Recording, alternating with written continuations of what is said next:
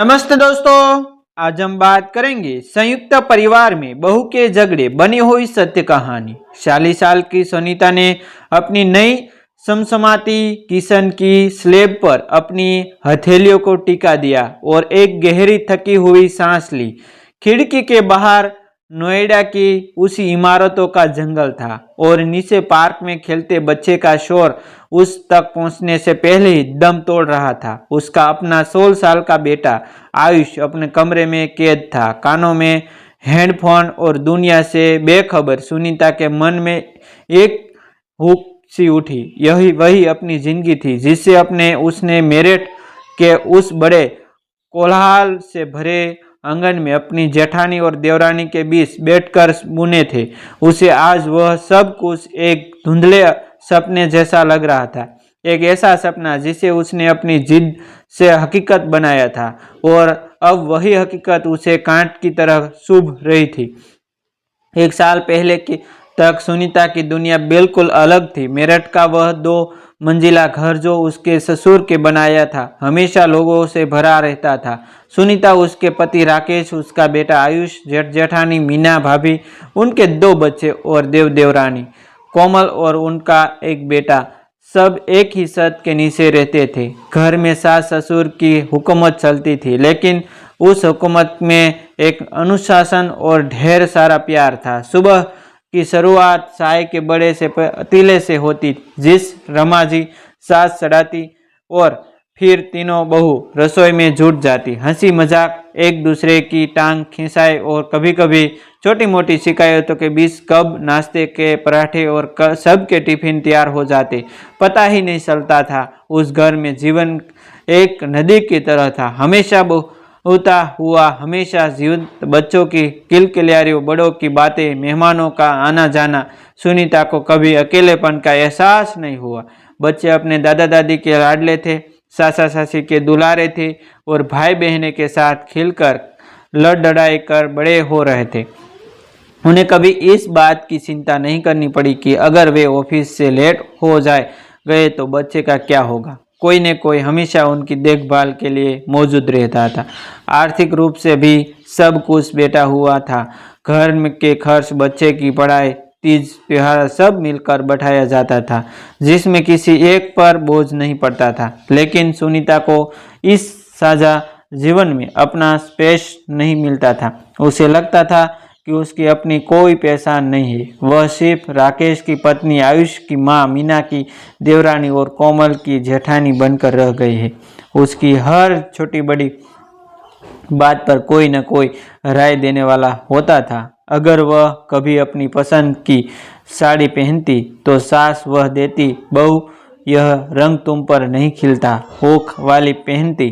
अगर वह आयुष को किसी बात पर डांटती तो जेठानी तुरंत बीच में बोलती पड़ती, अरे बच्चा ही है तो है, क्यों डांट रही हो। सबसे ज्यादा तकलीफ उसे तब होती जब बच्चों की लड़ाई में बड़े कूद पड़ते। एक दिन आयुष और मीना भाभी के बेटे रोहन में क्रिकेट खेलते हुए झगड़ा हो गया। बात मामूली सी थी, लेकिन मीना भाभी ने आकर आयुष को 2 बातें सुना दी। सुनीता को यह बर्दाश्त नहीं हुआ। उसे लगा कि उसकी जेठानी ने उसके बेटे को सबके सामने नीचा दिखाया है। उसने भी जवाब में कह दिया, भाभी गलती हमेशा मेरे बेटे की ही नहीं होती। उस दिन घर का माहौल बहुत खराब हो गया।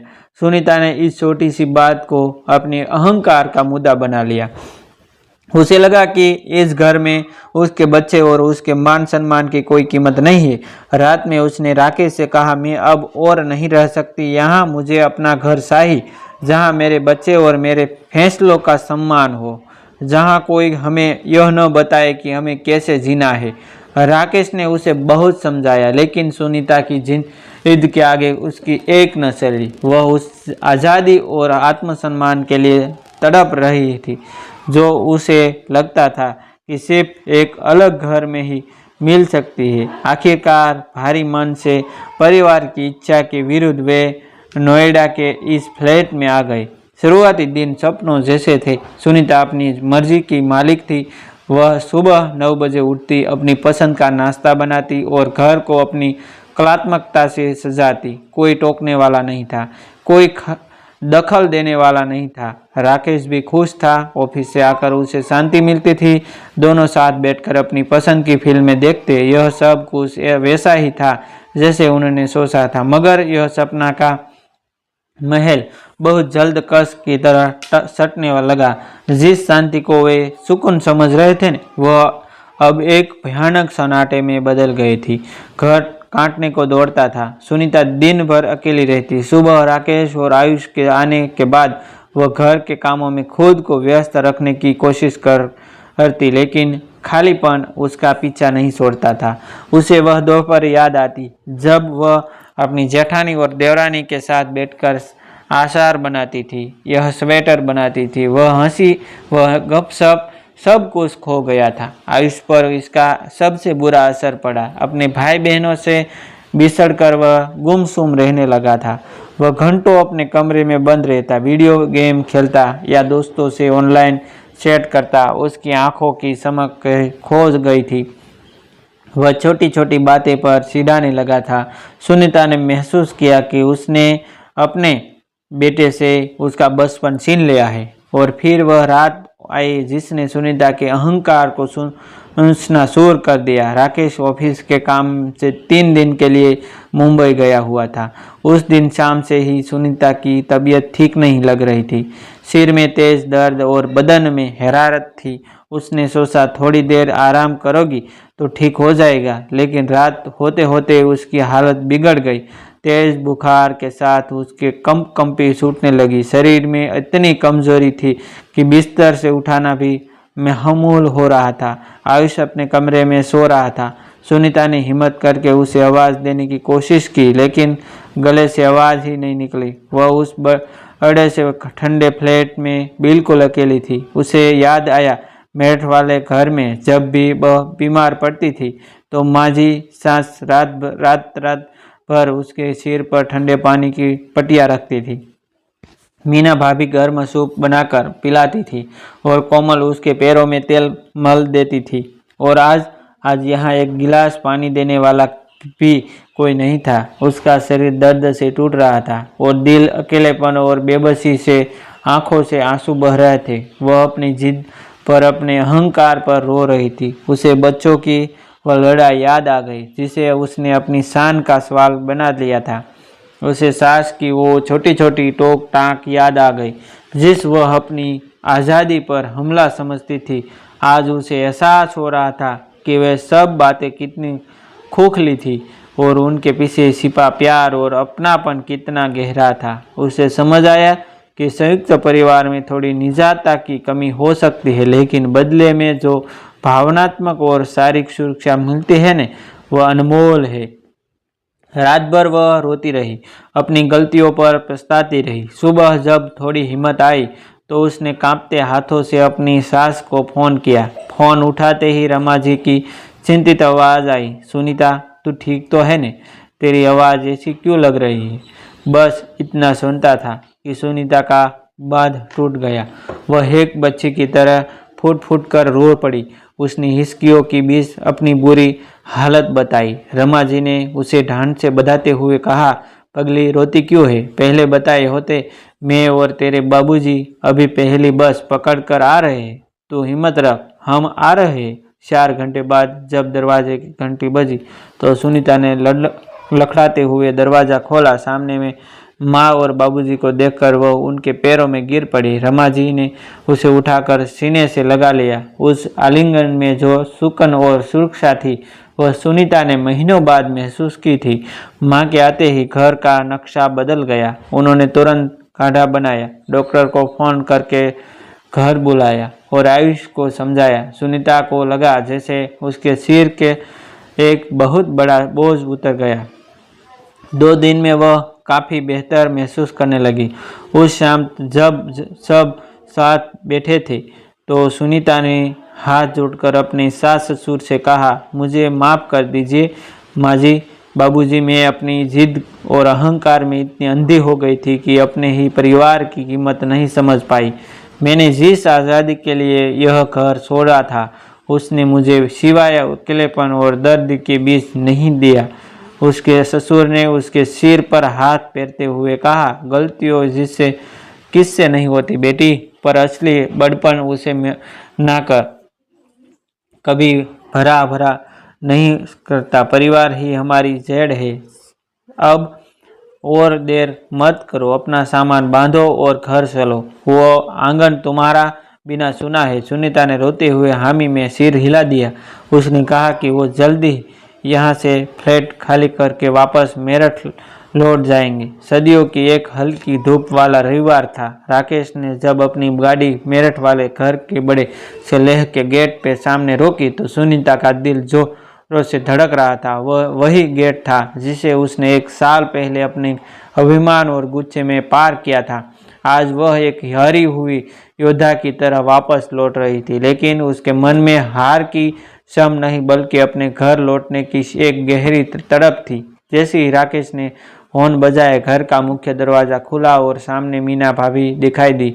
उनके चेहरे पर एक पल के लिए हैरानी आई, फिर एक हल्की सी मुस्कान फैल गई। सुनीता की आंखों भर आई। उसने सोचा था कि शायद उसे ताने सनाने को मिलेंगे या एक अजीब सी खामोशी का सामना करना पड़ेगा, लेकिन मीना भाभी के चेहरे पर ऐसा कोई कुछ नहीं था। सब ने गाड़ी से उतरकर सामना निकलना शुरू किया। आयुष दौड़कर घर के अंदर चला गया। जैसे ही वह अपनी खोई हुई दुनिया को फिर से पा लेना चाहता था तो सुनीता और राकेश धीरे धीरे आंगन की ओर बढ़े। आंगन में एक चारपाई पर माँ और कोमल मटर सील रही थी। उन्हें देखते ही रामा जी के हाथ रुक गए। उनकी आंखों में सवालों का एक समंदर था, लेकिन लंबों पर सिर्फ एक शब्द आया, आ गया तुम लोग। सुनीता आगे कुछ कह पाती उससे पहले ही उसकी नज़र मीना भाभी पर पड़ी, जो उसके लिए पानी का गिलास लेकर आ रही थी। सुनीता अब और खुद को रोक नहीं पाई। उसने पानी का गिलास पकड़ा और उसे एक तरफ रखकर सिसकाते हुए मीना भाभी के पैरों में झुक गई। स्वाद सुनीता जिसकियों के बीच, मुझे माफ़ कर देना भाभी, मुझसे बहुत बड़ी भूल हो गई थी। मैंने आप सबका दिल दुभाया। मीना भाभी ने उसे तुरंत कंधे से पकड़कर उठाया। उनकी खुद की आंखों भी नम हो गई थी। मीना अगली है क्या? मीना पगली है क्या? अपने से भी कोई ऐसा माफ़ी मांगता है? उठ उठ जा। उन्होंने सुनीता को गले से लगा लिया। उस आलिंगन में कोई शिकायत नहीं थी, कोई गलहपन नहीं था, सिर्फ और सिर्फ अपनापन था। सालों को रिश्ता जो एक गलत कहमी थी, धूल में दब गया था, आज आंसुओं से घुलकर फिर चमक उठा था। तभी रमा जी अपनी जगह से उठी और सुनीता के सिर पर हाथ फेरा। रमा जी, आवाज़ में ममता और थोड़ी नमी लिए हुए। गर्मी लक्ष्मी पैरों में नहीं दिल में रहती है। जो हुआ उसे भूल जाओ। सुबह का फूला शाम को घर आ गए जाएंगे, उसे भूला नहीं कहते। सुनीता ने अपनी सास की ओर देखा। उनकी आंखों में वही पुरानी ममता थी। उसने रोते हुए कहा, माँ जी, मैं अपनी जिद में इतनी अंधी हो गई थी कि मुझे इस घर की कीमत ही समझ नहीं आई। वहाँ अकेले रहकर जाना कि आप लोगों के बिना मैं कुछ भी नहीं हूँ। वो खाली दीवारें में मुझे खाने को दौड़ती थी। कोमल सुनीता का हाथ पकड़ते हुए, बस भाभी, अब और मत रोए। देखिए, आपके बिना ये आंगन कितना सूना था। अब आप आ गए हैं तो घर फिर से घर जैसा लगेगा, इसलिए अंदर चलिए। राकेश, जो अब तक चुपचाप यहाँ सब देख रहा था, आगे बढ़ा और अपने बड़े भाई के गले लग गया। उसे कुछ कहने की जरूरत नहीं पड़ी। दोनों भाइयों का आलिंगन ही उनके बीच की सारी दूरियों को मिटा गया। दृश्य का चित्रण उस क्षण वही आंगन की तरह पवित्र लग रहा था। सुनीता, मीना और कोमल एक दूसरे का हाथ थामे खड़ी थी, जैसे 3 बहनों को हो। रमा जी की आंखें से बहुत आंसू खुशी के थे, अपने बिखरे परिवार को फिर से एक होते देखने की खुशी के। बाबूजी को बर्बादे में बैठे यह सब देख रहे थे। उन्होंने अपनी नम आंखों को अखबार के पीछे छिपा लिया। आयुष अपने ससेरे भाई के साथ ऐसे घुल मिल गया था जैसे कहीं कभी किसी दूसरे गई न हो। उनकी खिलखिलाहट पूरे घर में मूर्जी हो रही थी। सुनीता ने उस आवाज़ को सुना और आत्मा एक तृप्त हो गई। यह वही शोर था जिससे भागकर वह शांति की तलाश में गई थी, और आज उसे समझ आया था कि उसकी असली शांति इसी शोर में थी। शाम को जब पूरा परिवार एक साथ छत पर चाय पी रहा था तो सूरज डूब रहा था और आसमान में नारंगी रंग बिखरा हुआ था। सुनीता अपनी सास और जेठानी देवरानी के साथ हंस बोल रही थी। उसे महसूस हुआ कि उसने अपना अहंकार खोकर अपना पूरा संसार वापस पा लिया है। मित्रता और शुद्ध बुद्ध की पुनर्स्थापित असली मेल मिलाप थी। उसने सीखा था कि परिवार में क्षमा करने और गलतियों को भूलने की क्षमता ही उसे रिश्ते को सबसे मजबूत बनाती है। उसने राकेश की ओर देखा जो अपने भाइयों के साथ ठहाके लगा रहा था। दोनों की आंखों मिली और एक उनकी समझ ने उन्हें दिल को जोड़ दिया। वे दोनों जानते थे कि वे सही जगह लौट गए हैं, अपनी जोड़ों के पास, अपने परिवार के पास। दोस्तों, ऐसी नई नई काल्पनिक इसमें लिए गए सभी पात्रों भी काल्पनिक है और ऐसी नई नई कहानी देखने के लिए हमारा चैनल आप सब्सक्राइब कर लीजिए। जो आपके जीवन में कुछ नया करने के लिए हमारा चैनल आपको अवश्य प्रेरित करता रहेगा। थैंक यू दोस्तों, मिलते हैं एक न्यू वीडियो के साथ, एक न्यू स्टोरी के साथ। तब तक बनी रहिए हमारे चैनल के साथ, क्योंकि हम डेली न्यू स्टोरी लाते हैं। थैंक यू दोस्तों, मिलते हैं एक न्यू वीडियो के लिए।